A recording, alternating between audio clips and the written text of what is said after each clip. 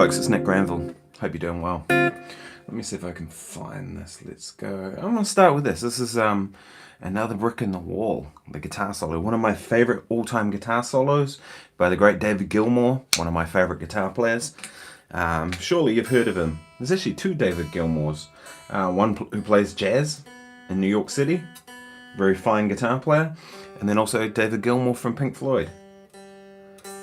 So I thought let's start with this. Now I'm going to get a copyright strike for this. That's just how this crap goes on YouTube, despite playing this. But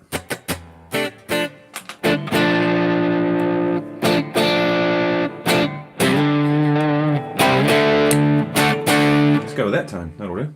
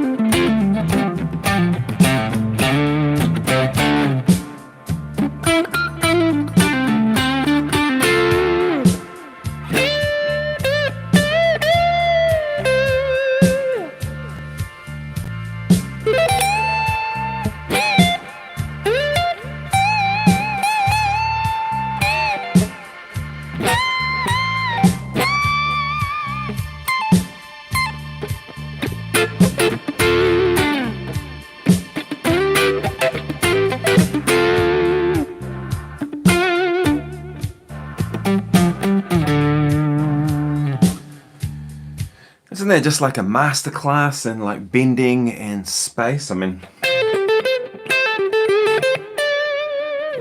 phrasing, you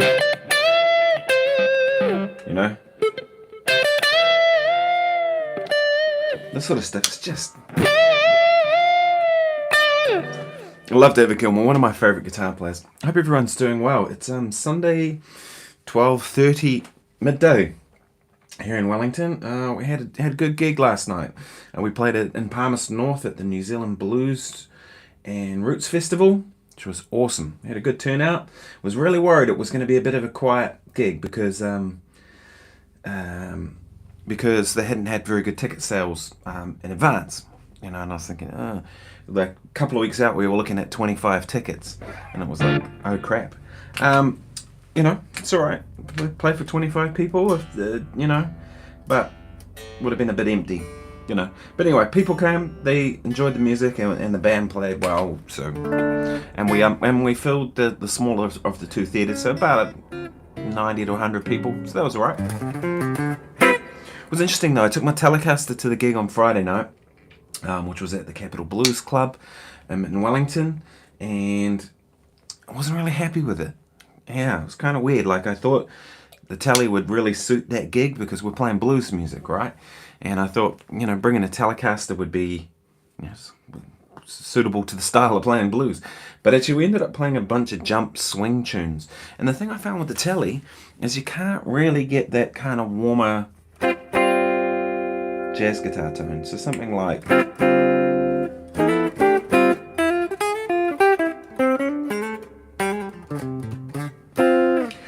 You can do that, but it wasn't great at it. It was okay at it, but it wasn't great. And then, of course, we do Crossroads, and you need more of this kind of thing.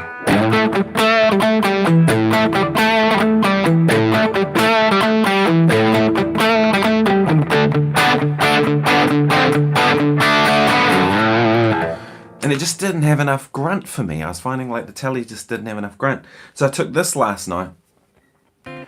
And for that particular gig, it was so much better. The other thing I found that was interesting is I don't do many gigs without keyboard players these days, right? Like most of my gigs is like drums. If there's bass, it might be bass, or maybe keyboard player bass, but there's usually keys. So without keys, just with drums, bass, and guitar, and then harmonica, when it came to solos, it's like playing trio, isn't it? It's like guitar, bass, drums when it's my guitar solos. And by the way, I'll post a video today from it. I'm just sort of wrapping that, getting that together, and I'll put that out today. But I found that with the guitar solos, it was a lot more empty sounding with the Telecaster, because the Telecaster's kind of bright and thinner and more kind of bitey, and I found that, just I could have had a bigger tone. And you can turn the bass control up and stuff like that, but it's not the same as having like a humbuckery guitar, which I found just was better suited to, bigger tone tended to suit that sort of smaller format band. Yes, it was kind of interesting.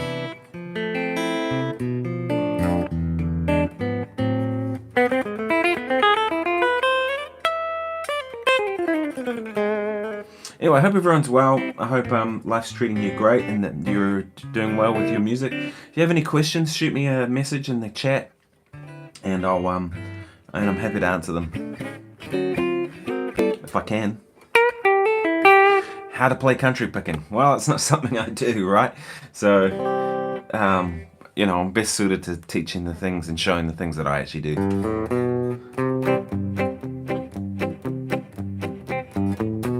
Like I can bluff my way through some country, but it ain't going to be the real deal. Just like it ain't going to be real deal classical, it's just not what I do. Anyway, I might play another track. Why don't I do that? Where are we? Where are playlists? Oh, there we go. This is a new track that I just saw come up today. It's Funky Blues Fusion Guitar Backing Track Jam and E. All things I like to hear when it comes to tracks. So I'll play along to this, and let's see how this goes. I don't know this track. I only just added it to the list this morning. First I'll tune though, because I can't stand out of tune guitar. I tune between every song on gigs too. Do you all do that? If not, I hope so.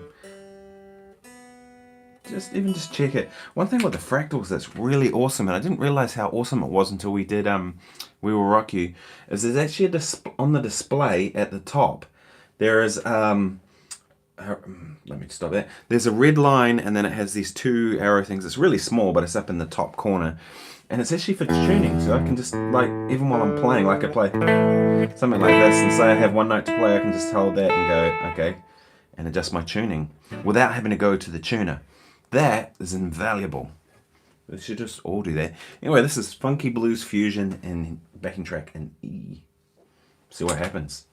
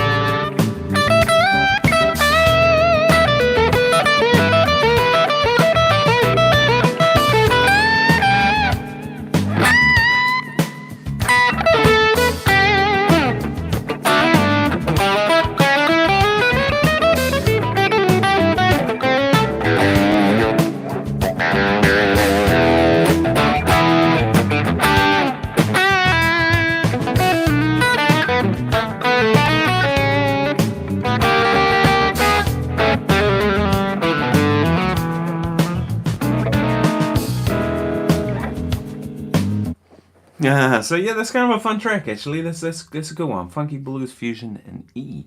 So like I said earlier, if anyone has any questions, fire them and I'll see them in the comments. Happy to try and answer them if I can. Yeah, that's a fun track. I like playing the tracks like that and just sort of seeing where they're going to go, right? Like I've never played that track before. I don't know what's going to happen. Who knows? Hope everybody's well. It's a Sunday midday here in Wellington. It's actually a beautiful day. It's really sunny, so it's kind of tough to be inside, but I was like, no, I'm going to come and jump on here live and do this. So usually we do it on a Sunday evening, but we're actually out tonight. It's my brother's birthday. So we're going to a brewery for dinner. It's going to be fun.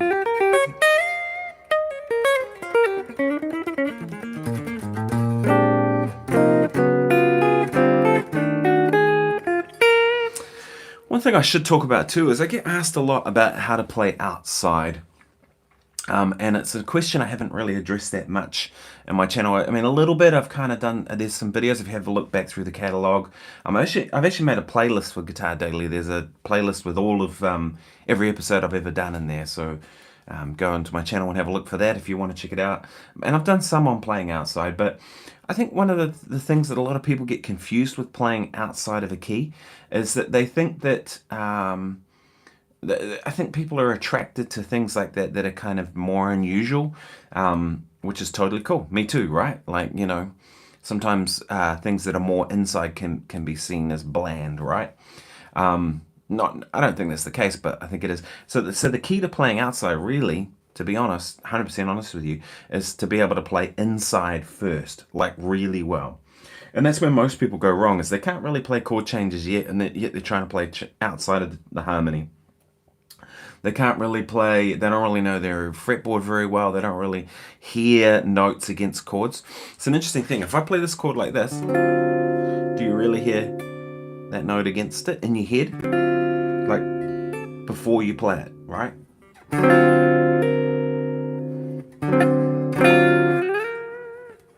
Like, I can hear those things in my head.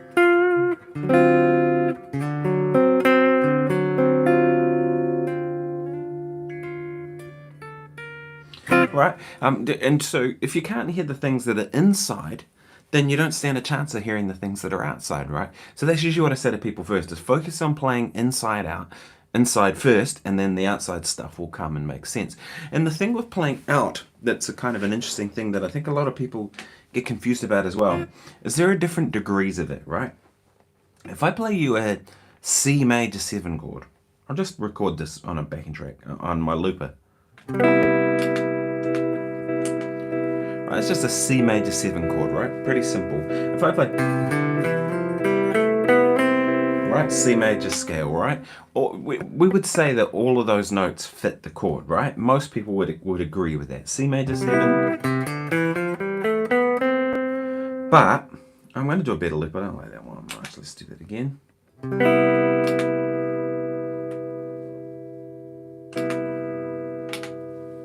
Right, so there I have a C major 7 chord, right, on a loop. If I play the C note against it,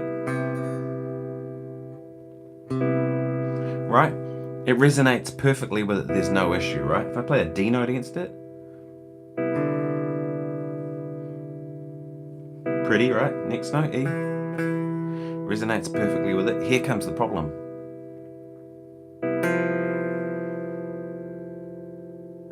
All right, the fourth, a note that's accepted in the key, C major 7, is a tension sound against that chord, isn't it? Really?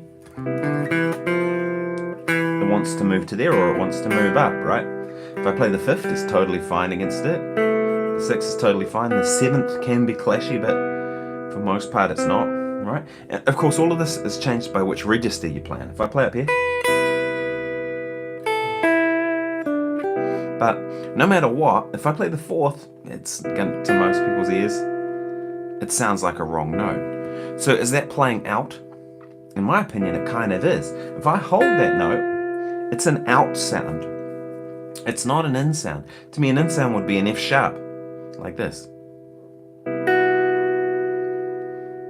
Right? It's colourful, but it's less clashy with the chord, right? Which is really what we're talking about, tension and release. So to me, to play out, is like, it's being aware of what notes fit against chords and which ones don't.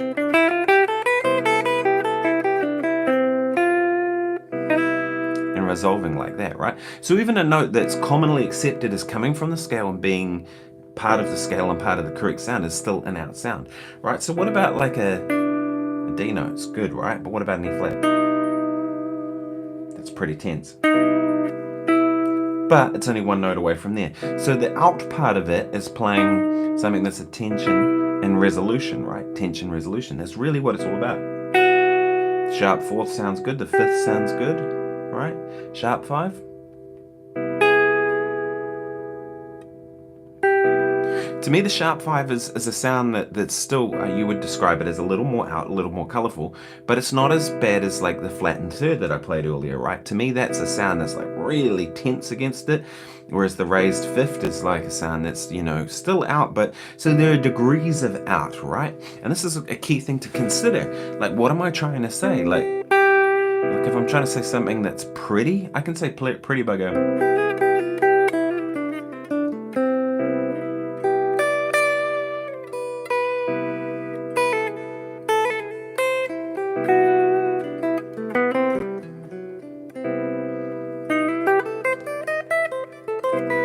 So there, I'm not really even, I'm kind of glancing over all those notes. So to me, that's not really an out concept either, isn't it, right?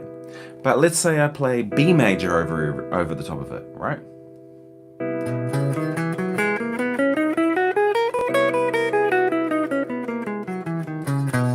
Right, it's about as wrong as you can get, right? Wrong note. Like, let's start here. That's actually not a wrong note, it's the 7th, right?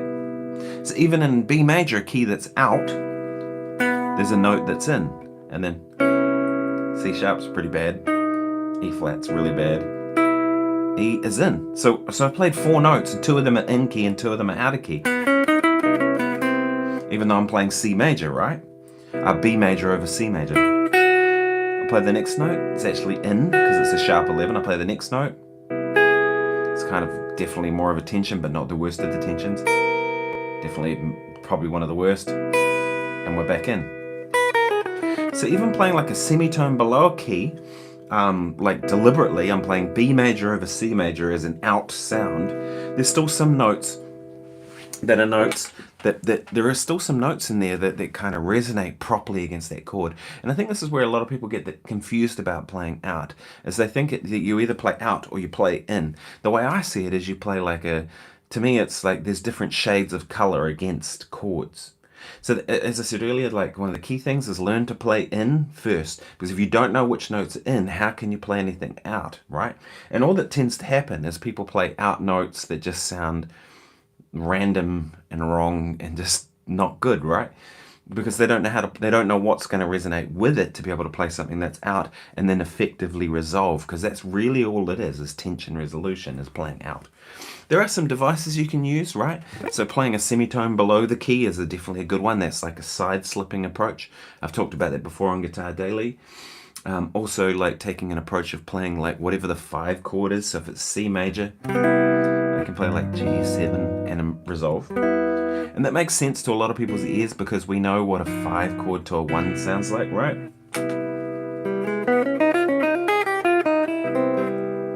Right, and there I just played G7 altered. And as long as I resolve it, makes sense, right? Now that in that instance, it's kind of a little odd though too, because I've just gone straight to out and then tried to resolve it, and it sounds a bit odd, doesn't it? I'll do the same thing this time. I'm going to play some phrases that are in, and I'm going to kind of weave in that little G7 thing.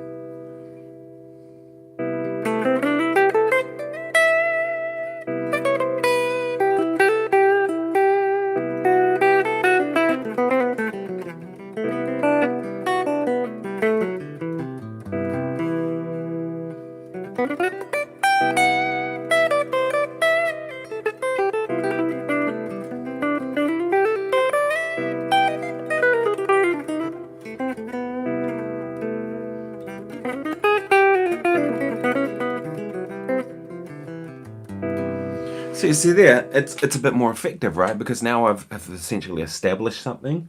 I've taken some little liberties of playing some things that are more like G7 related, so out of the chord, against the chord.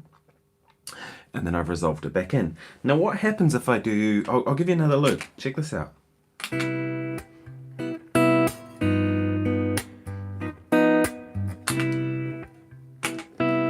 Right, C major to G7 sharp.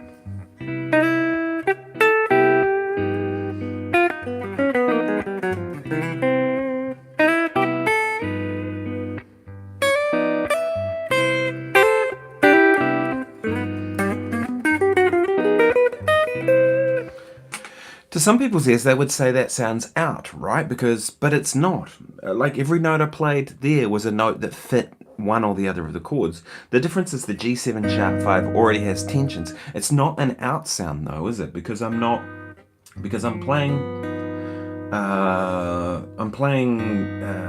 notes that fit that chord.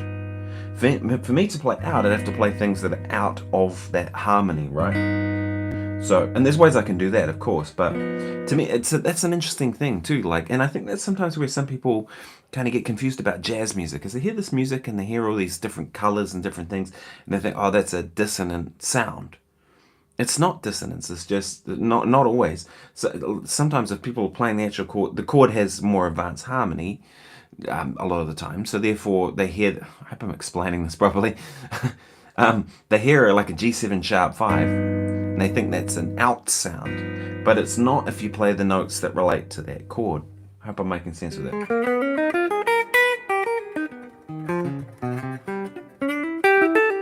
So that's kind of how I approach it, right? So a couple of the tactics I use is like side slipping. I use playing off the 5 chord a lot, even if it's not really there. I use tritone substitutions, which is like instead of playing that G, I'll play D flat leading to the C. That instead of.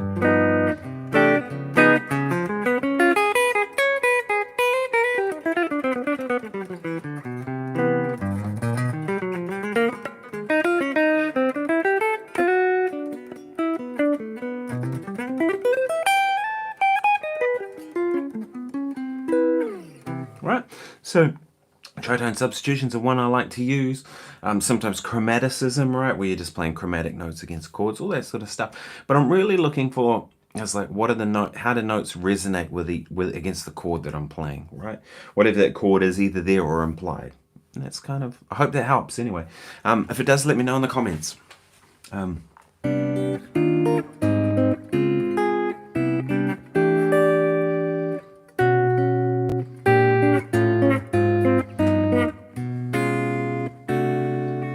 Guitar started a little bit of a buzz there. Don't really hear it through the amp, but you'll be hearing it on the microphone at the moment. I'm tempted to, adjust the truss rod a little bit, but I know we're heading into spring now, and I know everything's going to move around. And this guitar's playing really well, so I don't want to mess with it just yet.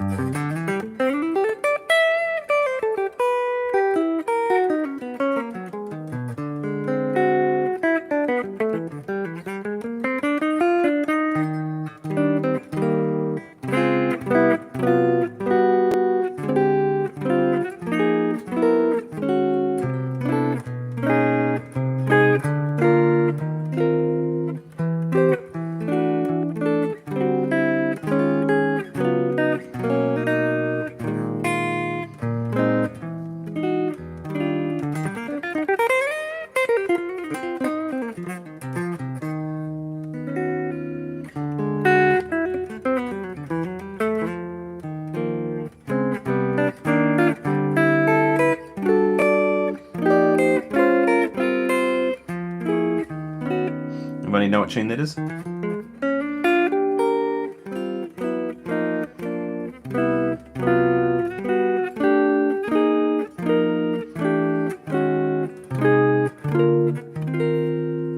Here's the giveaway. Oh.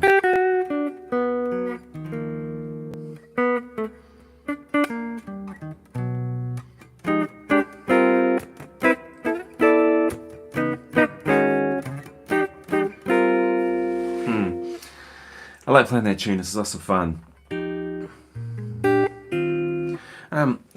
it's an interesting thing, isn't it? I saw someone post the other day about how the giant steps is like this, Mount Rushmore of guitar that you have to be able to, Mount Everest or whatever you want to call it, like this massive mountain peak that you have to scale. And you almost have to be able to prove that you can play giant steps to prove that you can play music. I kind of think that's dumb, right?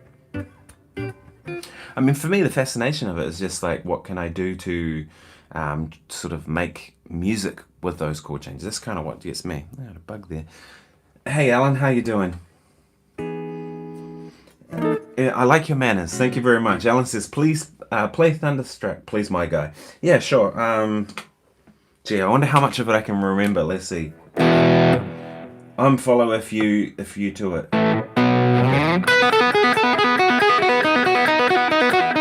Something like that.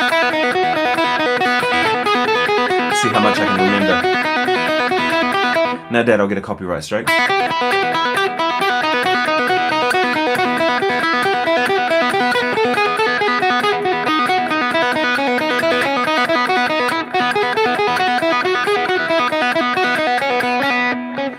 I like taking stuff like that and kind of making it my own too.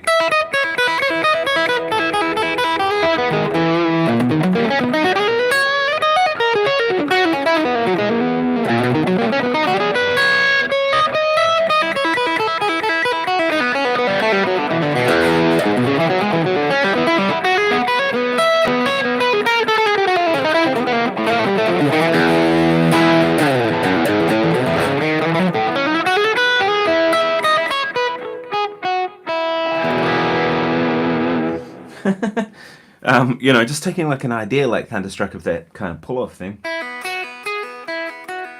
and seeing what you can do of your own, right?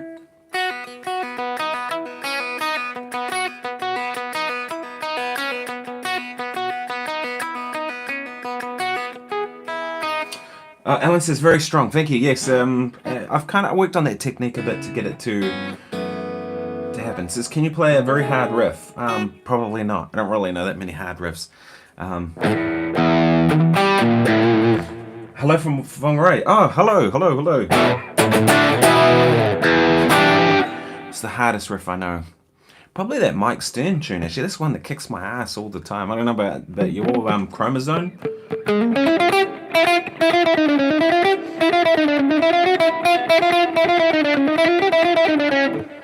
Let's get rid of that delays.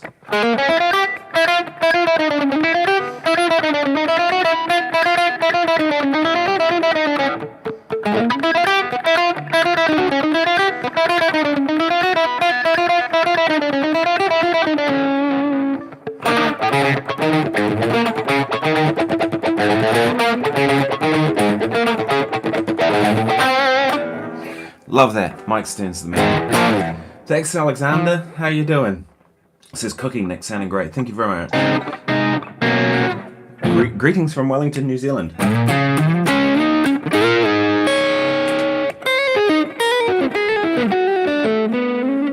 Very tired today. Played in Palmerston North last night with the blues band, Powerhouse Blues with me and Neil.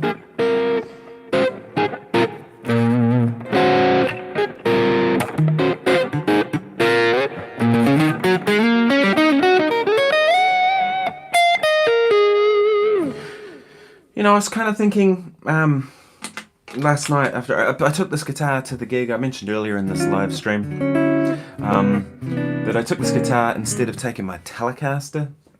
I took Tele on Friday and I wasn't really particularly happy with it. Like, it just didn't really suit the music we were playing. A different gig would probably be perfect. But same band, same music, and this suited it so much better, and it made me think about it on the way home, like on the drive home last night. It's really a good idea to have a guitar that's kind of your guitar, and this guitar is increasingly becoming something that I feel is my voice on, you know what I mean, in terms of like what I want to achieve. These things are so comfortable. They're kind of like a Strat, you know what I mean? In terms of the comfort of it, but then this thing sounds like a Les Paul because it's mahogany with a maple top. Coil taps. I'm not crazy about the coil tap. I did notice last night I was losing quite a bit of volume. Like there was one song we were playing, and I played like a groove, a It was, I remember what it was just a little bit.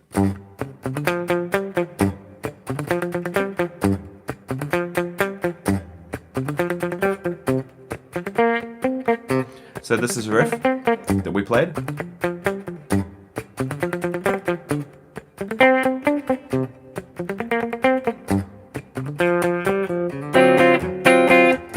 And then I went into a rhythm guitar part where I went, see the volume loss?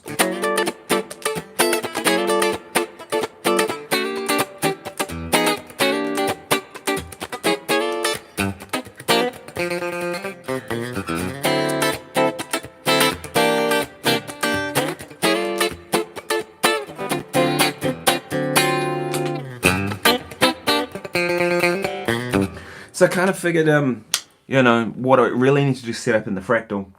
I've got it set up in my FM9, but I haven't got it set up in my FM3. Is like a boost that I can hit. That gives me like 4 dB. 4 dB seems to be what you lose in these coil taps. So I kind of thought that's what I need to do, is just set up a patch so I can hit that, and then when I go to that, I've got the right amount of volume. Thanks, Nick. An interesting and fun listen to watch on a sunny Sunday. Yeah, it's a really nice day outside, isn't it? It's still, you know, feeling a little bit like winter in Wellington, but there's no wind. It's beautiful. Nate says, I don't know about hard riff, but stuff like that Hottentot groove takes a bit to get right. Yeah, totally. It's actually, those sort of tunes I sometimes find harder. We were having this conversation in the car on the way to the gig last night that there's a certain piano player that the harmonica player works with sometimes, and this piano player has this idea of playing lots of chords, right? And he was saying, you know, sometimes like just play 2 chords and we'll just do, you know, and or you come over.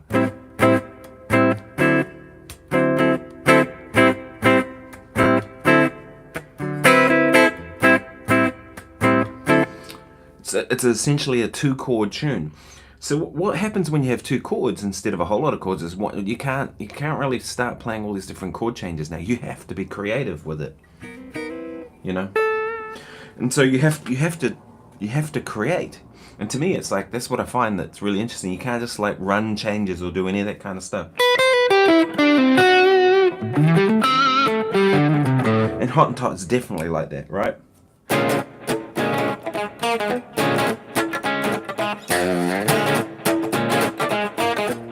That's that one, isn't it?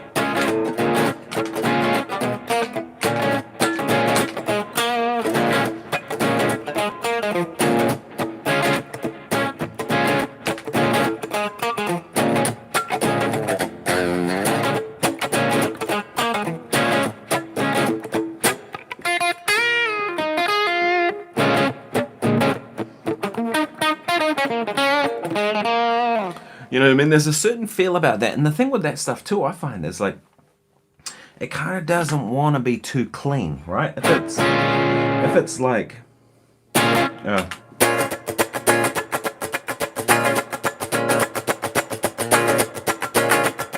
it's just wrong, right? It's got to have grit to it. Do you know what I mean? It's probably a bit dirty.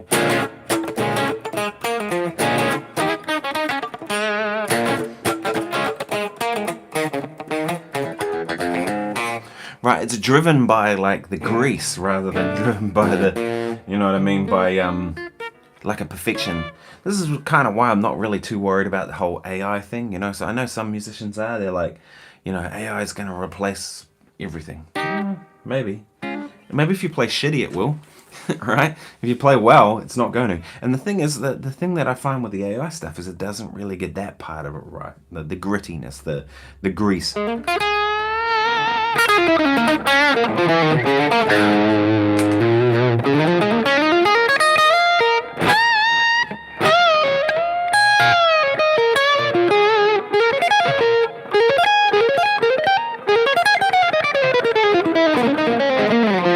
Maybe it'll get better, I don't know, what do you think?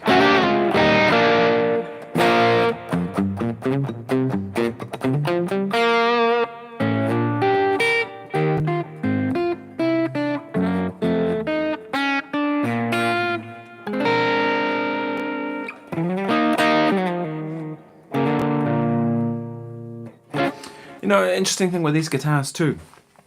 You know, like the Squire Strats of the 90s, those Japanese ones that became very sought after. I know Rob Harris has one, and he's used it on a bunch of recordings. I know other people have had them and said those are really great, and they've actually become quite kind of collectible in a lot of ways. And that was kind of Fender's attempt at making essentially the same guitar they make, but making it overseas at a cheaper price point, right? Hello, Porritt Smith. And I think this guitar is going to be like those. I think in future years, people are going to look back on these DGT SEs as like, you know, kind of one of the... They'll go up, and they'll be like kind of like those Squire Strats from the 90s were. Like quite collectible and definitely on par with the core models, because they are. And I wouldn't say that about a lot of the SE range. I've played a bunch of them that are not great. One of the music shops in town has a bunch of those Silver Sky SEs, and I went through and had a look at them. It was like about 10 of them, which was kind of like, you know.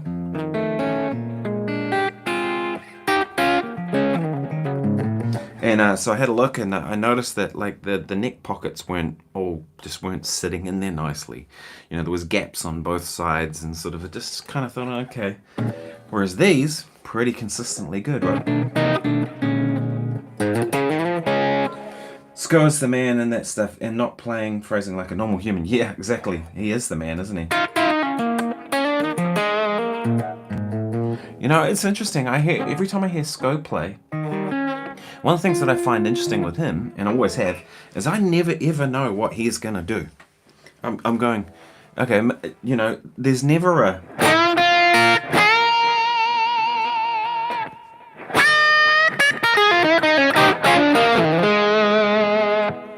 There's never like that kind of stuff, you know what I mean? It's always like, what's he gonna do? Like, where's he gonna take this? I always get the sense that whatever he's doing is happening right then and there in that moment. You know what I mean? And that to me is really exciting, because it's like, and also too, like, he changes things up on a dime. Whenever I think it's going this way, it kind of veers a little this way and a little this way. Now, some people aren't going to like that. They're going to think it's, you know, some people like predictability.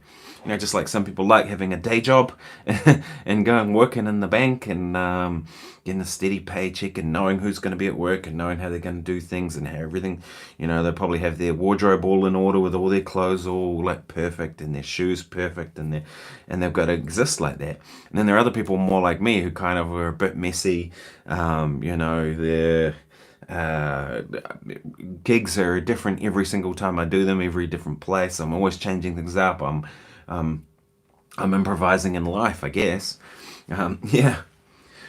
Joe says, I was trying to think of ways to spice up two-chord jam earlier today. Yeah, so what I would say with that is, like, if you are trying to spice up a two-chord jam, start by like take something like "Oh You Come Over." You might start by playing the groove, right?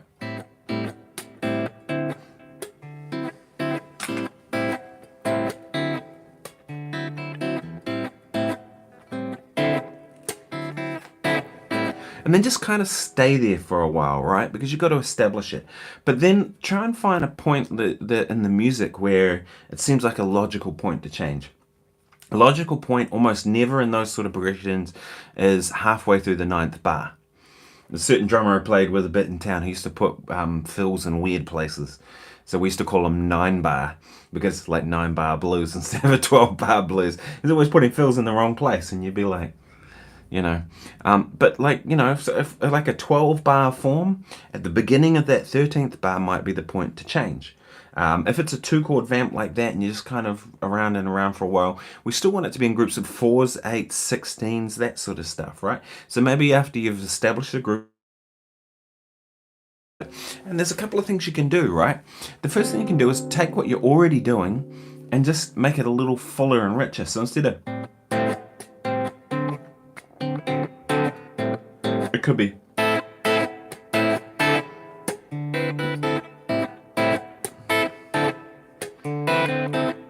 Alright, so sounding a little bit fuller already. Maybe I could take it at another point along. I could go...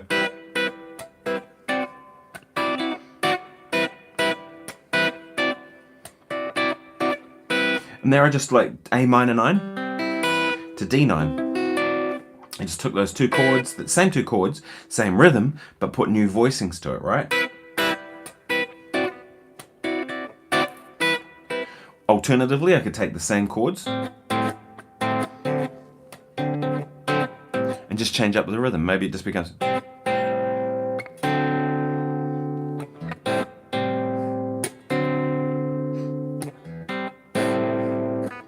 Interesting thing that happens when you do that, right? All of a sudden the groove's gone from being quite rhythmic to all of a sudden it feels like it's floating a little more. So make decisions about that stuff, like, right, what's the best thing to happen here, right? Say I'm backing like a harmonica player like I was last night, and his solo kind of goes into more floaty. Well, that might be what I do, reduce the rhythm, right? The other thing you could do too is sort of look at like what's going to elevate it to another level up, right? If the person you're accompanying is building, maybe instead of... doesn't need that anymore, and you get into...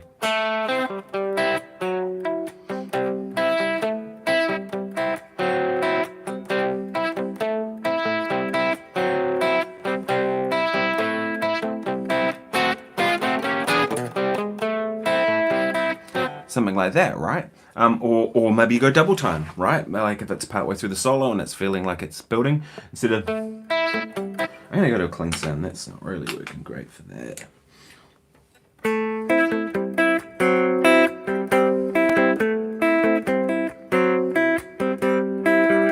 Right, instead of that groove that maybe, you know, you've played that around, there's been about 10 choruses and just feels like it needs to move, you might go...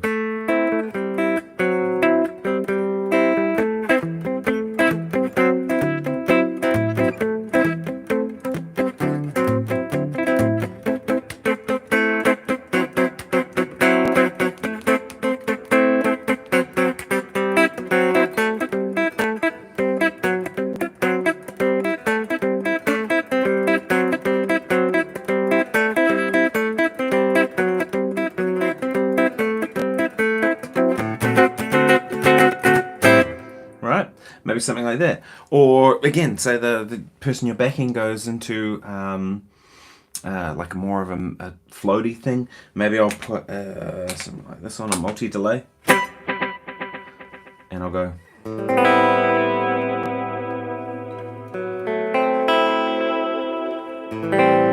Hey Gabe.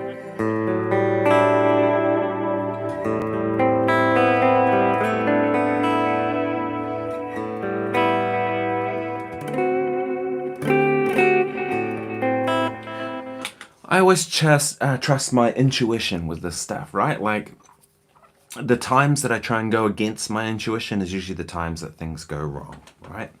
Like, I'll go, oh, it'd be really cool if I do this, and I do it, and invariably it sucks. And I go, oh, that was a dumb idea. The better thing to do is, like, if I just kind of don't overthink it, right? And I just kind of play with what's being presented to me, right? So like I said, if I'm accompanying someone, say it's a harmonica player like I had played with last night, and the harmonica player goes into a more floaty thing, then don't fight it. Go with the floaty thing. Do you know what I mean? Yeah. What happens here, it just appeared in my For You page after watching a video of Randy Rhoads and Jake E. Lee. I don't know. Algorithm at work, I guess. Maybe I'm watching lots of guitar stuff, right? And this...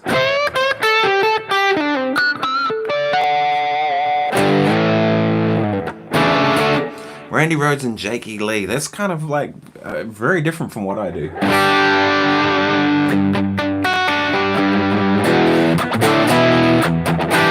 Both great players, though.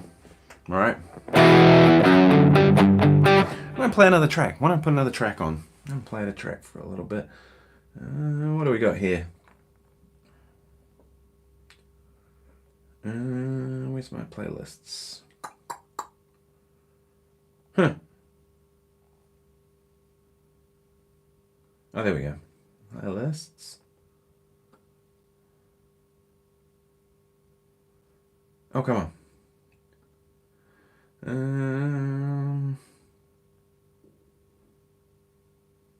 Okay, won't do that. Let's go... Let's look for this. Give me a second, people.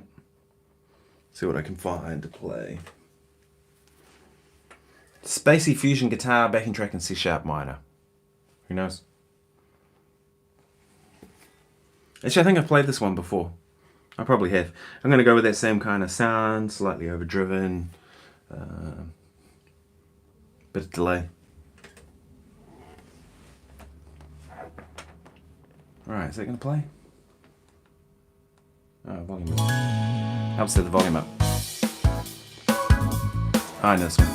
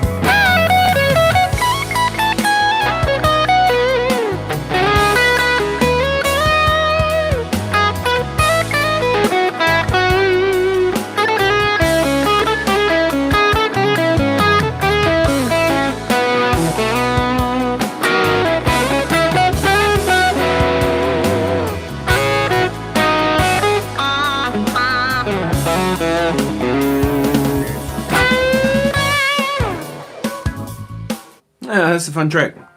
Now, I have played that one before, and you've probably heard me do it. Essentially G sharp minor to A major.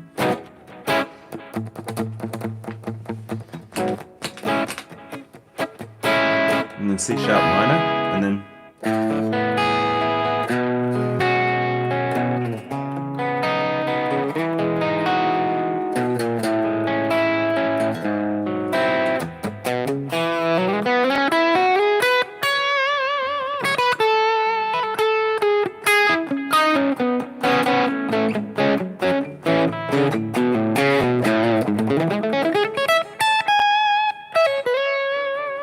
yeah, that's fun. That's fun. Fun bunch of chords and stuff to play over. So that was Spacey Fusion backing track, jam and backing back tracks. Where are we? Let's find my. There we go. Let's get that one. All right.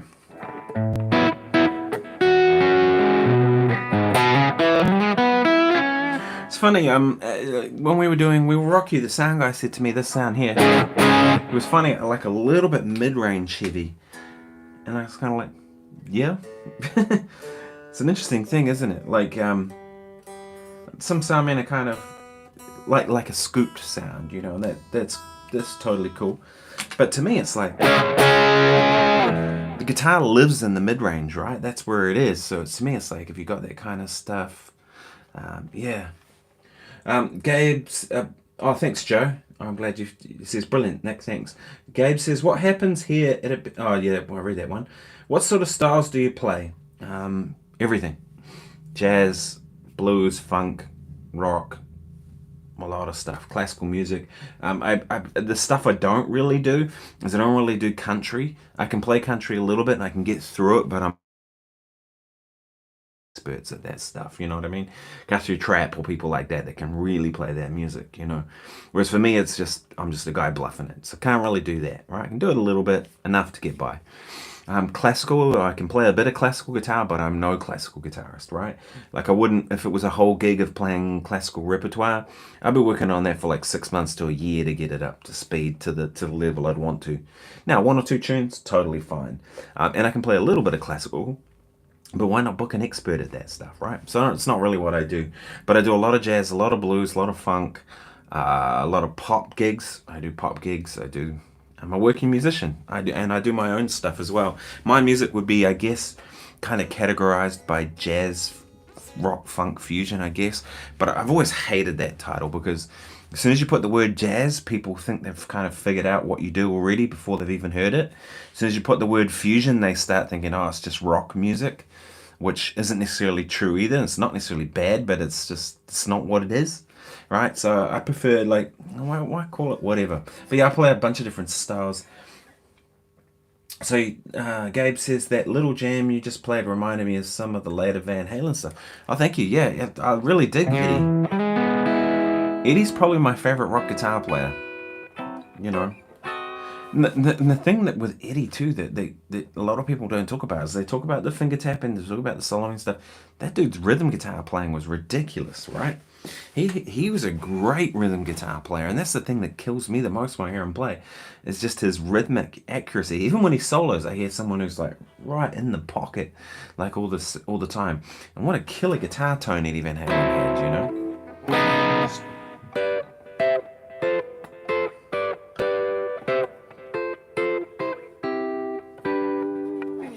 Whatever it is, something like that. Used to play that in a band many years ago.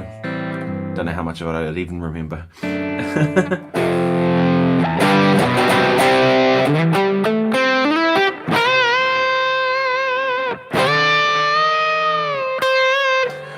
One thing that I noticed like straight away when I played this guitar last night as opposed to playing the Telecaster the night before was how much more sustain this has.